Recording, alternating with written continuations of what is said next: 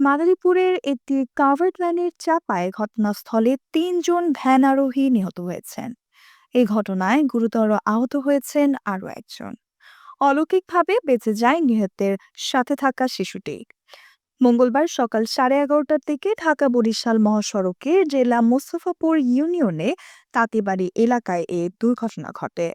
এ সময় মহাসড়কের ওপর টায়ার জ্বালিয়ে প্রায় 2 ঘন্টা অবরোধ করে রাখে নিহতের স্বজন ও স্থানীয়রা। এতে যানবাহন চলাচল বন্ধ হয়ে যায়। দীর্ঘ যানজটের সৃষ্টি হয়। পরে পরিস্থিতি নিয়ন্ত্রণে আনে হাইওয়ে ও থানা পুলিশ। মাদারীপুরের মোস্তফাপুরের হাইওয়ে থানার ভারপ্রাপ্ত কর্মকর্তা মামুন রশিদ জানান, কাভার্ড ভ্যানের চাপায় ঘটনাস্থলে 2 জন ও হাসপাতালে 1 জন নিহত হয়েছেন। তারা ভ্যানের যাত্রী ছিলেন।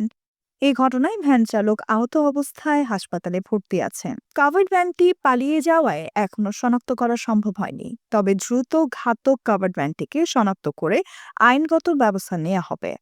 বর্তমানে মহাসড়কের পরিস্থিতি স্বাভাবিক আছে। Nusrat Jahan, এফবিএন news desk.